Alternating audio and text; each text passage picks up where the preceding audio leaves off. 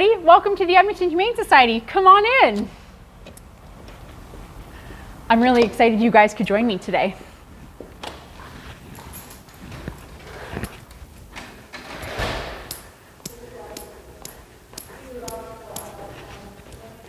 And welcome to the Humane Society. Thank you so much for joining us for the Who We Are, What We Do presentation. In this presentation, we're going to cover who exactly is the Edmonton Humane Society, what kind of animals do we help, and how can you help within your own communities. Wonderful. Let's head down into our cat gallery here, and we're just going to talk a little bit more about EHS. So the Edmonton Humane Society focuses on the advancement of animal welfare. Now, animal welfare is the quality of the animal's life, both physically and mentally. Take my friend Stitch here, for example, kind of hanging out, wants to play a little bit, looks cuddly and cozy. These are all great things that we want to see with all of our animals for whatever length of stay that they're here with us. Now, we can do this from a variety of ways. We can do this through animal sheltering and providing them a home to stay before they find a new home. We can do this through programs and services. We have a variety of programs and services that we're going to touch upon a little bit later in our day. And we can also do this through community engagement. Our community is extremely important, not only us reaching out to them, but then coming and helping us, because that's what we're all about. Now come on down with me. We're going to head over to the classroom. Now, we value the humane treatment of all companion animals. Companion animals are animals that we take care of. They're the ones that we're responsible for. And we value all of our staff, our volunteers, our partners and supporters. And here are just some of the humane heroes that have given us shout outs as to how they're going to make their communities better as they go along. Now, we focus mainly on companion animals, like I said, and companion animals are animals that we take care of, but they can also be animals that we find within our communities, like strays and stuff like that. We have a fiscal responsibility and careful stewardship of all resources. That means that every donation given to us, we want to make sure we do the best that we can each time. Now come on into our classroom. I saved you a seat up front.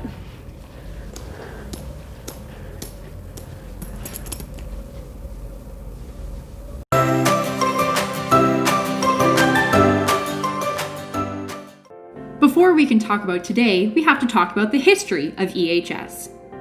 The woman you see here is Rosetta Graydon. She was the founder of the Humane Society, as well as started the movement of wanting humane treatment for animals. Her and her husband, George Graydon, moved from Winnipeg in the late 1800s. He was a police officer, but decided to take over a drugstore that was located on Jasper Ave. They lived in an apartment building above the drugstore, which happened to be across from the Alberta Hotel. This is the Alberta Hotel. Now, in the late 1800s, what type of transportation do you think people used? If you thought horses and carriages, you're right. While travelers got to stay in their nice cozy hotel rooms, the horses would be tied up outside with no food, water, or shelter overnight. Rosetta saw this and wanted to help. She walked down the street to a stable and asked if people could bring their horses here for a small fee, and the stable hand thought it was a great idea. Now horses would have food, water, and shelter overnight, and this was the first step Rosetta took to helping animals. Rosetta didn't stop there. She started Alberta's first humane society, which is today called the Edmonton Humane Society. At the time, in 1907, the organization was named the Alberta Humane Society. At first, this was run out of people's homes. She would hold tea parties where potential adopters could meet stray animals she had found and adopt them. Seems a little strange, but everyone has to start somewhere. This was the original building back in 1910, when we also had our first name change from the Alberta Humane Society to the SPCA of Northern Alberta. For those of you who don't know, SPCA stands for the Society for the Prevention of Cruelty to Animals. This was our former home, located just off the Yellowhead, originally constructed in 1951. We needed a bigger facility to accommodate the growth the organization was encountering. The society grew so much that it could no longer handle all of the work, so in 1959 we split into the Edmonton SPCA and the Alberta SPCA.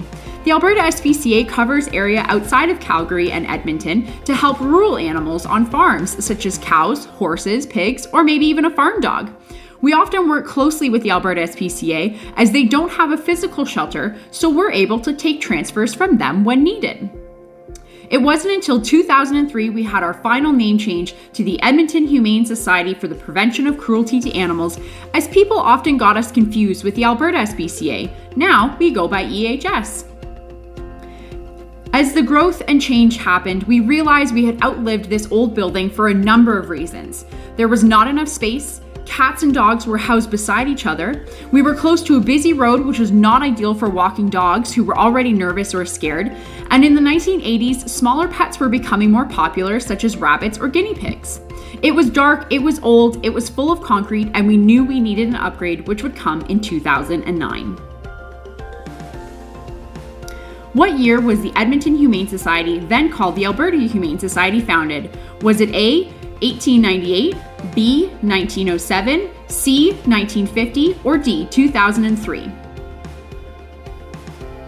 If you thought B, 1907, you're right.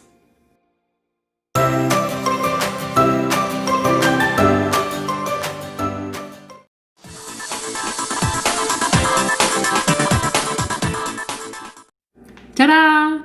We have one of the largest shelters in Canada with over 45,000 square feet, and it is much different from the Yellowhead building. This building was actually donated to us in 2009 by members of the community. There are huge windows everywhere for natural light for the animals. We have reduced the chain link fences and replaced them with bright open windows, beds for each of the animals depending on what they like. There are dog rooms versus small animal areas versus our cat rooms so that the animals no longer live together. And people even take wedding photos in the gallery because it's so beautiful and it supports a great cause. There is a lot more outdoor space for dogs to go for their play groups. There's walking trails all in behind the building. And most importantly, we are no longer walking beside the Yellowhead, which could be really stressful for the dogs. We've created a safe and wonderful outdoor space for our animals. How big do you think EHS is? A, about the size of a football field, B, about the size of West Edmonton Mall, or C, about the size of a hockey rink? If you thought A, about the size of a football field, you're right.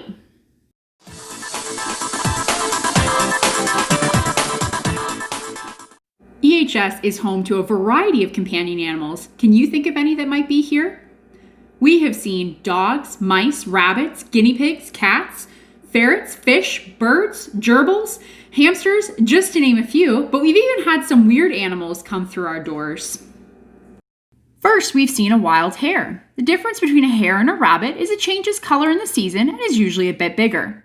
Our saying is, if you see a hare, leave it there. This is including babies, as mom only returns to her babies at night when no predators can see her.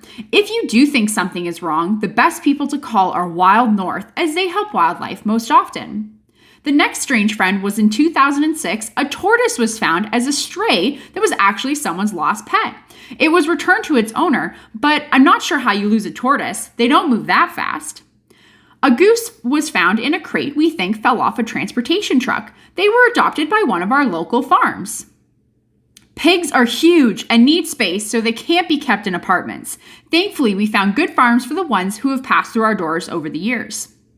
Chickens are, funny enough, becoming a very popular pet in the city of Edmonton. As long as people follow proper guidelines, they can keep them, but occasionally chickens wander and we have to help them find their homes again. We have even seen some Canadian geese, but the final one, I think is the strangest one of all, was a baby moose, was found on the side of the road. These people thought it was hurt, so they brought it here. All was okay, so it was brought back to where it was found.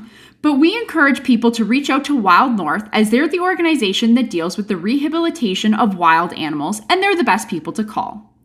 But how do animals end up at EHS? Our four main reasons are: first, a stray. These are animals that are lost or never had a home to begin with. Second, a surrender. A family can't take care of an animal anymore for a variety of different reasons, so they need a new home. Third is seized. Peace officers can take animals from unsafe homes and bring them to us to find new homes. And finally, transferred. We can take animals from animal care and control or other shelters if they need more support or different resources. We are a very big facility, so we can hold more animals than smaller shelters can. Thousands of animals are brought to us each year, and we do our best to help each of them.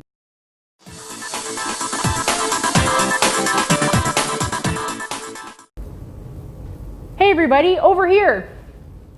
We're gonna head out on a quick tour, come on, and we're gonna meet some of our teams here at the Edmonton Humane Society.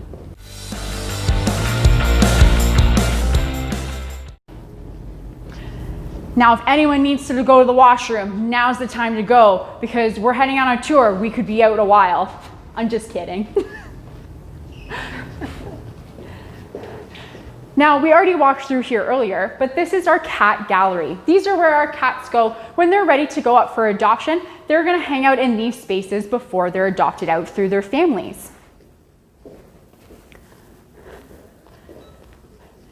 As we talked before, this is our admittings desk. This is where our animals are gonna be checked out with their new families, and they can head out and be in their new homes.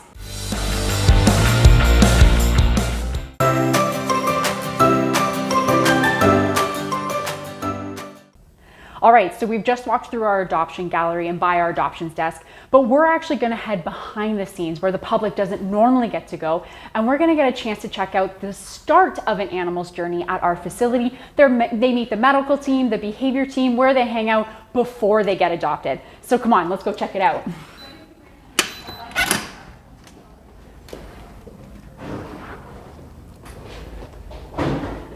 This area here is where our medical team hangs out. They're the ones that do the checkups, they're the ones that do the physical examinations, and we even have one in progress. Come on with me. This little kitten here is getting their physical exam. It's their first day here at the shelter, so we want to make sure that they're nice and healthy before they're heading out into a new home. We couldn't make sure our animals were super healthy without our medical team. They're a pretty big deal. Thanks, guys, for all that you do. Come on down this way. We have lots of leashes here too, because of course we have to walk the dogs to make sure that they get all their physical activity. And all these tags here are all different things about our animals to make sure that we know if they're a stray animal, which we'll talk about in a little bit. Maybe they're a social eater. They're the eaters that only will eat when people are around. Come on, we're gonna head down and we're gonna check out some more.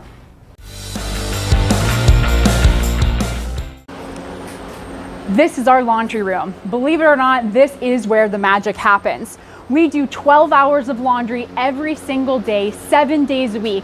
That's a lot of laundry. We have towels, we have blankets, and we clean everything every day to make sure that our animals stay comfortable and stay clean. But pretty impressive. This is actually pretty empty compared to a normal day. Our next stop is the kitchen. This is where we feed our animals.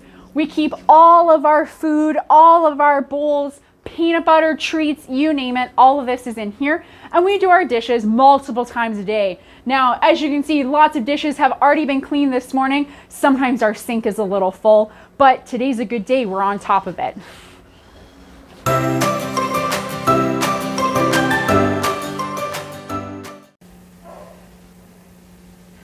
And welcome to our cat wards. Now we have to be a little bit quieter back here because these are the cats that are not ready for adoption yet. Our trained staff and volunteers come and they can interact with these animals. They feed, they do their cleanings, they do their snuggle times, but they're not ready to interact with public just yet. There are 13 different cat wards and they can hang out in the back here until either they're healthier and they're no longer sick, maybe they're just shy or scared and they're just not ready for large groups of interaction. Whatever the case may be, this is a safe space for them before they head out onto our adoption gallery. Come on with me.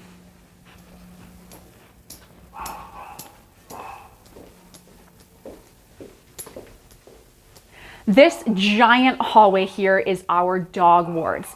Now, just like the cats, this is a separate area where our animals who are not ready for adoption, they can hang out back here. We've got trained staff and volunteers who take them for walks, who hang out with them, who feed them, who make sure they've got clean areas to be in, but they're not ready for the general public yet. But it's a massive area, and come on down.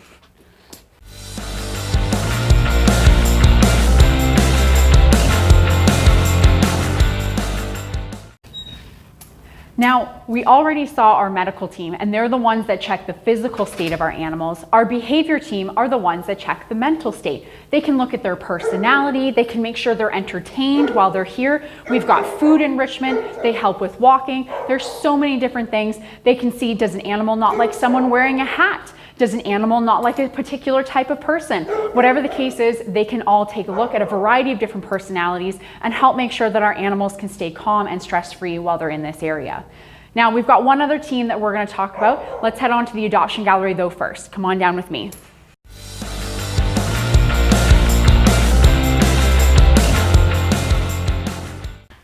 And welcome to our adoption gallery. These are the animals that are currently up for adoption. And the last team that we haven't touched upon is our animal care and client relations staff. Now, we've seen a variety of different areas that they work, like our laundry room and our kitchen, and they're the ones that are responsible for the daily care of our animals. The feedings, cleanings, walkings, lovings, snugglings, all of that for both the animals in the back and the animals that are on the adoption gallery right now. Like my friend Napoleon here, this is one little guy that's up for adoption currently, and hopefully he won't be here for super long because he's a really sweet guy. But these are the animals that our animal care team is going to take care of for whatever their length of stay, and they are a phenomenal staff team. Well, let's go check out some more animals that are up for adoption.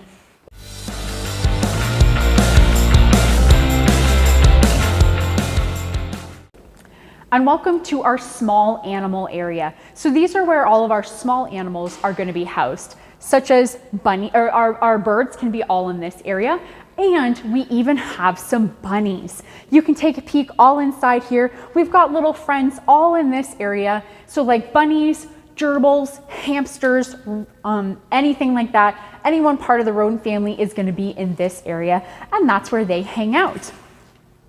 Now, it's time for our last stop of the tour. Come on down with me.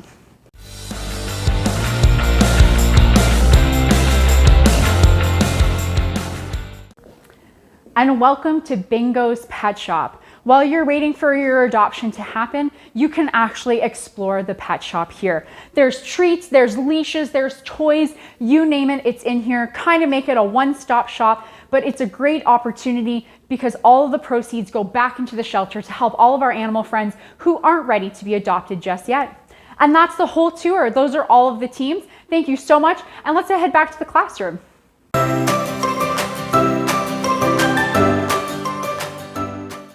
One other team that is actually found all over the shelter is our largest team called Community Engagement. This is made up of our volunteers as well as our foster families. They walk animals, they clean dishes and laundry, they help out at events, and animal snuggles. You name it, they do everything. On average, our volunteers put enough hours in to equal about 34 full-time staff. That's almost half the staff team that we currently have.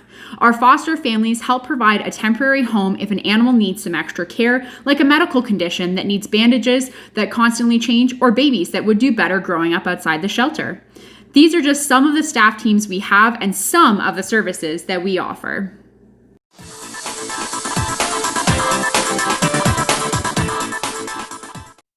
How much do you think it takes to run EHS for 1 year?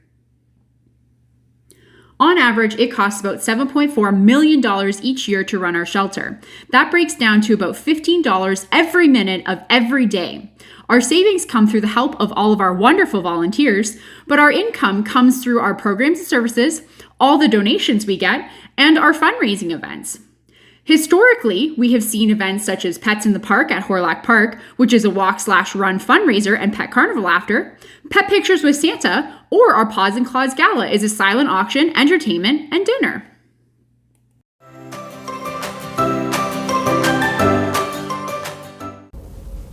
But what are some ways that you can help? These are the few things that I came up with. You can be a responsible pet owner.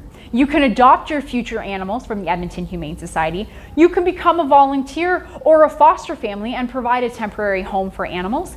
You can donate gifts in kind or monetary donations, support EHS fundraising initiatives, shop at Bingo's Pet Shop like we saw before, or you can host your own fundraiser. Now, fundraisers are great because it doesn't matter what age you are, you can find what fits you. These are a few things that I came up with, like bake sale, fashion show, lemonade stand, photography, sporting tournaments, whatever it is that you like, but these are a great way to support both monetary and gifts in kind. But really important, we want to make sure we're always educating when we go out how to properly take care of your animals and make sure all of our animals in our community stay safe. And thank you guys so much for joining me today. I really do appreciate you coming out for the Who We Are, What We Do tour and presentation. And I hope you guys have a lovely day. We'll see you around.